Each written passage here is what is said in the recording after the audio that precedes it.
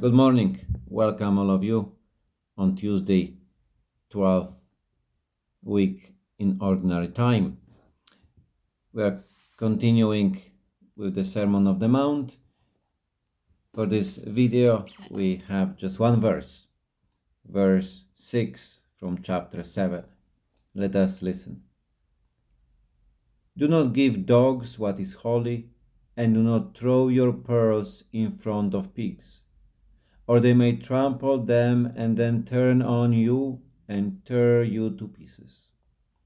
The Gospel of the Lord. This sentence,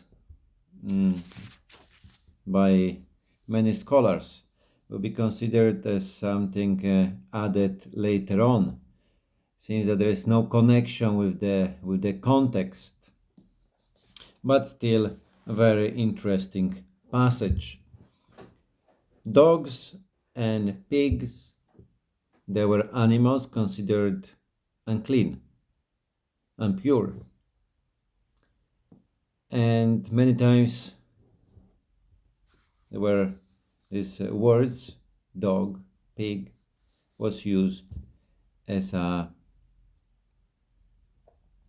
expression of despising someone.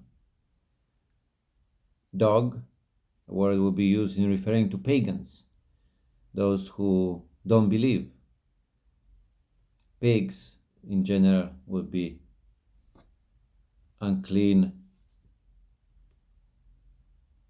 animal, which means as well something what would be considered which is against the tradition, against the holiness. Instead, holy, what is holy, that is referring to sacrificial victims, and pearls. Pearls were the most expensive materials in the time of Jesus. They were even considered as more expensive than gold. But also in Judaism, pearls were referring to some brilliant thoughts, some great ideas.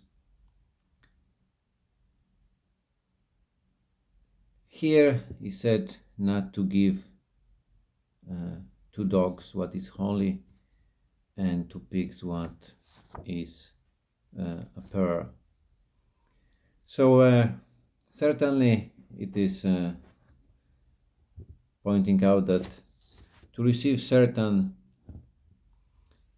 message or certain reality, there is needed preparation, need to be discerned. There is, to be, careful not to throw the things too easily. Certainly in the writing of early Christians, in one document called Didache, this sentence was, this verse of Gospel of Matthew was interpreted as referring to the Eucharist. The Eucharist was reserved only for Christians, those who are prepared. So the people who don't believe, be people who were on the journey to become Christians, they were not invited for the Eucharist. They were in the different moments of being together in the celebration of Eucharist. They will listen to the Word of God. They will listen to the homily, and then they will leave. Eucharist was considered the most holy things. Later on, in the history of time of Christianity, in the 4th century, for example, this sentence as kind of warning was, was referring to pagans, or those who refuse to believe, heretics, those who break the communion with the Holy Church.